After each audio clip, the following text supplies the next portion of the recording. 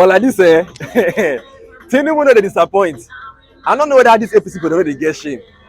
We never fit digest una blunder for here finish. Now na carry Tinubu make go dey give press conference for UK. Which kind of embarrassment be this one? Tinubu don drop another blunder. This time around, he drop am for UK. Now not talk too much. When I watch live on herself, I say watch am. Just dey share am. When I dey make everybody dey see the kind person wey dey wan force make up be our president. We no want. We no want. When I watch the video. Please also. My name is Priscilla Winkbo. I'm a freelance broadcast journalist. So you've spoken a great deal about what you've done in Lagos, and yes, we're very aware of it, and you're a team player because you're able to include everybody else, and we appreciate your team here today, and they're very capable, and we can see that they have the capacity and the capability. However, sir, you are running for president, and as Nigerians, we would very much like to hear from you because we believe the office of the president, if voted in, will be you and not your team per se. So on that note, sir, if I may, we haven't seen you engage with Nigerians on a one-to-one interview or at any of the live programs that has been going on. And furthermore, there are issues at the moment running with regards to your identity, with regards to your age. So I wonder if you could provide some clarity on the issues of your identity and age, and also let us know when we can engage with you one-on-one in an interview, hear from you directly as the office holder. Thank you. Thank you very much. I'm going to take two more, one from this row, one for that, and we've finished. You, sir, there. Yeah, please, go ahead. Yeah. Good afternoon, ladies and gentlemen. Can we be quiet, please? Your Excellency, Dr. Alex, Yeah. my name is Otumba Eric Ayola. I'm the Secretary of the PSA UK Progressive Solidarity for Asiwaju. My question to you, Your Excellency, sir, is about the health sector. We know that we're suffering a great deal in Nigeria as per health. So, sir, how do you intend to do two things? One, uplift the provision of health in Nigeria. And secondly, how do we stop the brain drain of our best doctors, nurses escaping Japa to the UK or anywhere else? Thank you. Thank you very much. And we'll take one more and that's it. We had many questions online about health also and what a Tinubu administration would do about health. So this is going to be very difficult for me. So the gentleman there, yes, you, sir. We're going to have a microphone coming to you. This is the final question. Yeah, there, please, go ahead. Good day, ladies and gentlemen. Mr. President, my name is EJ Balangalari. Please. Mr. President, my name is EJ Balangalari, a member of the APC from Adamawa State. Your two opponents, Alhaji Atiku Abubakar, has prided himself as a unifier, but has failed to unify his party. And the other one, I will not mention his name, is running his campaign on religion. After May 29th, how do you intend to unify Nigeria? And what should we expect your cabinet to look like? Thank you very much. So you have four questions there, which were, how are you going to unify Nigeria after elections? That's the final one. Health, what are your health policies for Nigeria if you become president? The other one was the lady, I forget your name. Priscilla asked about, are you going to do one-to-ones? And also there's speculation about a number of issues around yourself. I guess I've read on the internet about health and various things. People are asking questions. And then there was the final question about that the UK-Nigeria defense partnership doesn't seem to have delivered. What would you like to see a bilateral defense arrangement with the United Kingdom? How could it help Nigeria? Those were the questions. Okay, like I would still want to adopt some of the method I did to show the team and the capacity that we have. The woman leader for APC can answer the question on the health, I believe. That personal question, I will leave it to the last contribution. Okay, so Priscilla, get answered last of all. Yeah. Please go ahead. I hereby urge all my fellow 10 sons, all my fellow concerned, 10 sons. And Go ahead, please, on health. Let's move ahead. and then we call on the Speaker of the House of Representatives, Gbajabi Amila, to contribute on this, on the second question. Go ahead. Thank you very much for this opportunity. I want to very clearly state that the Asiwaju Bola Ahmed Tinubu's administration, when voted into power, is really very specific on achieving universal health coverage through certain indices, which we will be working at as a government. His Excellency has clearly stated that first, we need to fix the health system of Nigeria and improve on what is there already, providing the right environment in terms of the pay, in terms of the engagement, in terms of training of health workers, improving of the facilities, that's the infrastructure that we need to give Nigeria quality healthcare services. More importantly is the fact that we want to move into a system where we can make our primary healthcare more functional. Asiwaju Bola Ahmed Tinubu is also concerned in providing access for healthcare to everyone. He's going to do this by ensuring that he provides free healthcare for pregnant women and children under 5, and ensure that everyone has a mandatory contribution to our health insurance scheme.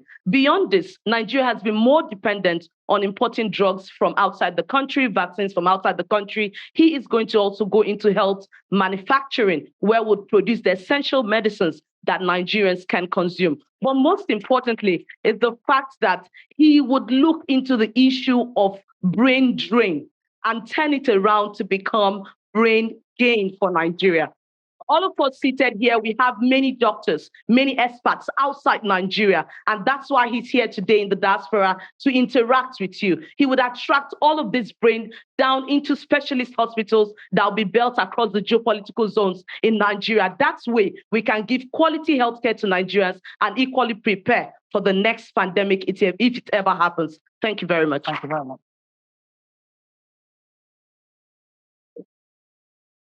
And then we had the speaker. Where is he? There he is. In order to pronounce your name right. Go ahead. Kabaja Mayala. Just call me Baja. That's fine. What was the question, please?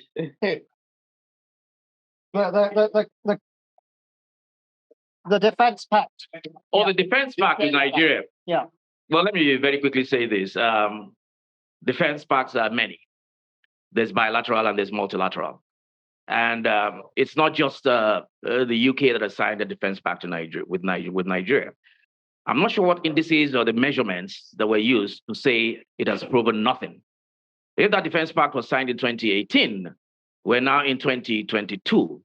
I think it will take the most ingenious person to say that there has not been a trajectory or change between what we had in 2018 in terms of flags being hoisted in their various local governments and what we have now. I think more important in terms of defense pacts, it's a defense pact with the United States and other countries, apart from the UK as well. So I call it a multilateral defense pact. We have the Leahy Act in America, which we need to look into, which actually deprives Nigeria and some other countries of utilizing armaments that are manufactured in the United States. And this is based on human rights records. But you cannot on one hand condemn terrorism, and on the other hand make it difficult for Nigeria to get arms from those countries. It's a no-brainer. And that's what we're going to be going around in circles. So we're looking towards, and Asiwaju will be looking towards, and this is a matter that is dear to his heart, because without security, security is a bedrock. You can't actually build something on nothing. You have to secure the country first. So that's an area that this administration is looking at very, very seriously. And in terms of all the arms of government, defense sectors communicating with themselves as opposed to acting in silos, is one area that Asiwaju Bola Ahmed is looking forward to in his administration. And I just want to use this opportunity to say this. There's going to be a lot of intersection between all the candidates and their programs and their and their manifestos. And you're left with only one thing. When everybody's addressing the same thing and more or less saying the same thing, obviously following the lead of Ashwaju, you're left with one thing. And that's what happens all over the world. A candidate runs on his records. So we are left with a track record of all the candidates that are running. And somebody's track record is there for all to see. It's there. Some people may not want to hear about Lagos, but it is what it is. He's done it for 8 years. He continues to do it in Lagos and everywhere else that he touches. So that is all we can depend on. Not speculation, I will do. You have before you a thinker and a doer. You have his records before you. Unless, of course, a candidate does not have a record to run on, or his record is not good, then you begin to character assassinate, begin to speak to personalities that are neither here nor there and obviously not true, and you avoid and run away from the issues. Let's make it about the issues. Thank you. And finally, you do have the question from Priscilla at the back there. Priscilla, thank you very much for the question. It's inquisitive. But at the time of birth, I was dated March 29, 1952, and the family record. I didn't think then, that day, I've determined to be or decided to be a president of the Federal Republic of Nigeria. Not even that I will go to politics. I've a very good exposure in life. My record is consistent. And the school and the university, they question. They now convinced that they wasted their money and their time. The record is there. The transcript is there. So in March 1952, I'm not claiming another father. I am Tinubu and Tinubu proper. If they want a DNA, they could as well require for one. One of them has been even accused of not being a Nigerian citizen. I didn't touch that area. Yes. Equally, it remains the same. Deloitte, Chicago State University, where I graduated, has attested to that. Now I can announce that I've received my original replacement degree certificate from them. The Deloitte trained me as an accounting firm. Mobile has attested to my record, a standing record. I got to the pinnacle of my career. And the private sector, who among them can brag about it? Now, yes, you want to wrestle with the pig, you got to live with the dirt. That's what I'm doing. I go into politics, knowing fully well that it's a muddy water. Smog will come. You will have to live with the dirt and make sure you're upright to finish the job. Thank you. Any part of it that I didn't answer? That's one-to-one conversations. One-to-one conversation. Yeah. Excuse me. Hey, be quiet. Why? I see myself as a marketable individual. Want to use me to make money, and I'm saying no. All right. Ladies and gentlemen.